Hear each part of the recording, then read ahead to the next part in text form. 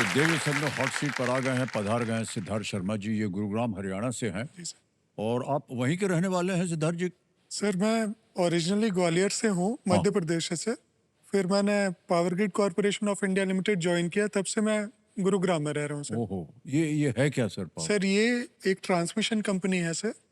It's a PSU sir. तो government की companies है सर, बेसिकली जो एक जगह से दूसरी जगह इलेक्ट्रिसिटी को ले जाते हैं सर, ट्रांसमिशन। हाँ हाँ हाँ। तो एक जनरेशन होता है सर, बिजली उत्पाद जहाँ पे होती है सर, उस बिजली को एंड कंज्यूमर तक जहाँ ले जाया जाता है सर, वो ट्रांसमिशन हो गया सर। तो ये ट्रांसमिशन का कार्य करती है sir power grid corporation of India limited, और ये वर्ल्ड की 3rd लार्जेस्ट ट्रांसमिशन कंपनी है सर, हमारे इंडिया के सर। अच्छा, मानिए आप इसमें क्या काम करते सर मैं एक लीगल ऑफिसर हूँ सर पावर ग्रिड में। हैं? लीगल अफसर? Legal officer sir. तो जो केसेस हो गए सर कंपनी से रिलेटेड, कमीशन है सर, कुछ ट्रिब्यूनल्स है, कोर्ट्स हो गए sir, high court, supreme court, उन केसेस का सर एडमिनिस्ट्रेशन देखना, वो सर हमारी जिम्मेदारी रहती है। तो मान्यवर छुपा छुपी आप बोल रहे हैं कि आप एक वकील हैं? जी सर, मैं एक वकील हूँ सर। हाँ,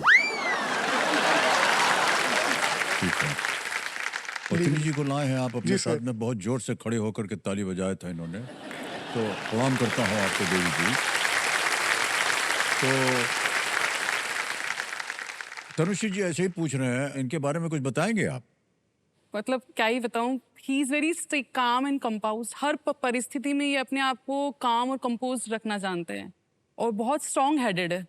हर परिस्थिति में कैसे अपने आप को संभालना है, हमें भी संभालते हैं और बाकी जो इनके माता पिता है उनको भी बहुत अच्छे से संभालना जानते हैं।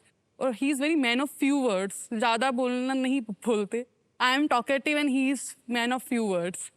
और very ethical and man of principle, बहुत एथिकल है। अभी आपको पता चलेगा कि why he is so ethical, so थोड़े टाइम। जी जी, आपने बोला कि ये कम बोलते हैं, जब से बैठे तब से ये बोलते ही रहे हैं।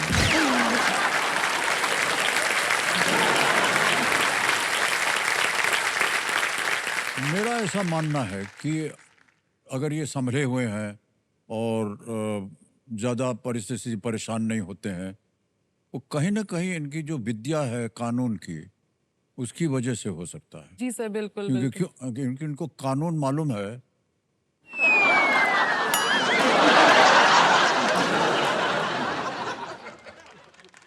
ज़रा बड़े बहुत ही होनहार जनता है, आगे बोलने की जरूरत ही नहीं पड़ती। समझ गए आप लोग कि हम कहाँ जा रहे हैं। मानवर, एक बार फिर आपका बहुत बहुत स्वागत हमारे इस कार्यक्रम में। अब पता नहीं आपको गेम के रूल समझाने की जरूरत है कि नहीं, आप तो समझते हैं। Let's play Kaun Banega Crorepati. Thank you so much. इधर भी पहला प्रश्न सिद्धार्थ जी, आपके स्क्रीन के ऊपर ये रहा।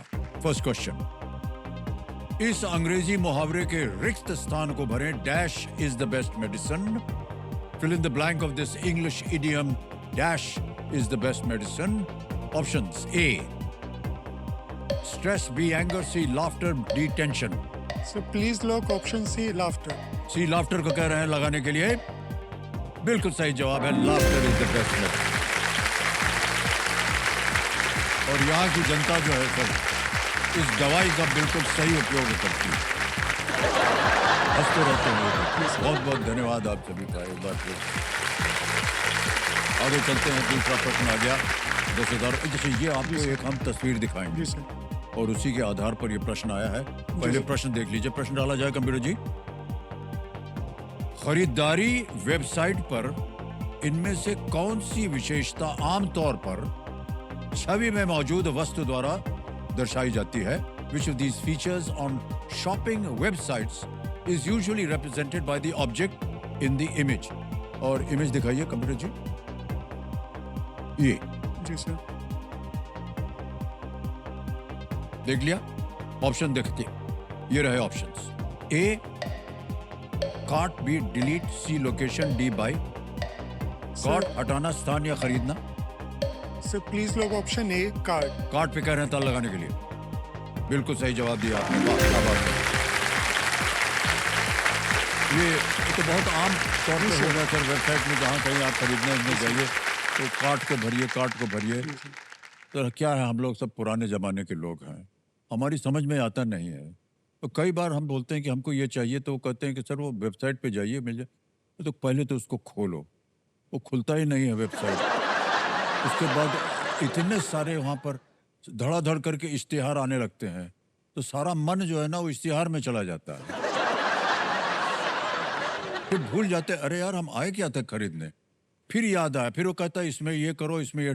कार्ट उधर सर बहुत जरूरी वो चीज हो गई है, उसमें जब तक नहीं जाएगा तो आपको जगह वो चीज मिलेगी नहीं। जी सर। और सर हम लोग का पुराने जमाने के जो चीज अच्छी लगी उसको उठाया और दे दिया और खत्म, आ गए घर थैला वैला लटका करके। ओके, तीसरा प्रश्न, 15,000 रुपए ये रहा आपके सामने। आमतौर पर इनमें से कौन सा व्यंजन चीनी की चाशनी में डुबोया जाता है? Generally, which of these food items is soaked in sugar syrup? Options: A. Dosa, B. Samosa, C. Imarti, या D. पाव भाजी। प्लीज लोग option C imarti sir. C. Imarti को कह रहे हैं ताल लगाने के लिए। नहीं सर, सही है जवाब। तो इमरती को देख करके सब मुंह में पानी आ गया, क्या बताएं आपको। सर आपका है क्या मिष्ठान की तरफ, स्वीट सर, टूथ?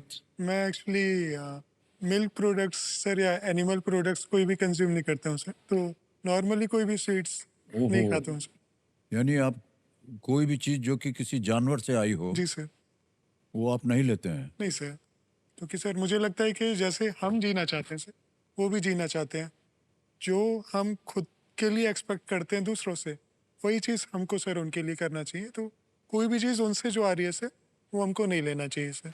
जैसे दूध भी सर बछड़े के लिए आता है, काऊ, जैसे सर कोई भी गाय है सर या कोई भी जानवर है सर, तो दूध तभी देते हैं जब वो प्रेग्नेंट होते हैं सर।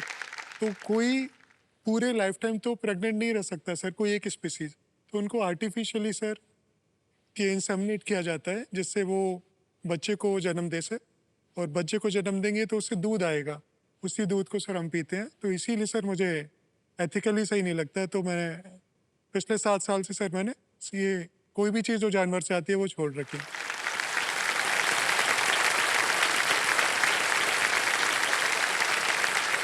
ऐसे पूछ रहे हैं आपसे देवी जी, जब आप मिली थी इनसे, जी सर। ये जानते थे आप इनके बारे में जी कि सर। ये ऐसा करते हैं? जी सर, हम जानते थे, हम एक ही बैच में मिले थे। 2019 हम लोग एक ही बैच में हमारा रिक्रूटमेंट हुआ है। अच्छा। तो फर्स्ट डे से ये वीगन है basically, no milk products. And हमारे घर में मिल्क प्रोडक्ट्स है ही नहीं, मतलब लाइक हालांकि मेरे माता पिता और इनके माता पिता सब यूज़ करते हैं, but he is completely vegan. और basically he is very philosophical. हमको शादी के समय भी बहुत दिक्कत हुई थी, क्योंकि ना तो ये लेदर शूज़ पहनते हैं, ना ये सिल्क यूज़ करने देते। तो लेदर, मैंने शूज़ भी मतलब लेदर नहीं होते, तो हम लोगों ने पॉलिस्टर के शूज़ मंगवाए थे शादी के दौरान। तो थोड़ा सा लाइफस्टाइल डिफिकल्ट है, बट रीज़न बहुत इम्पॉर्टेंट है।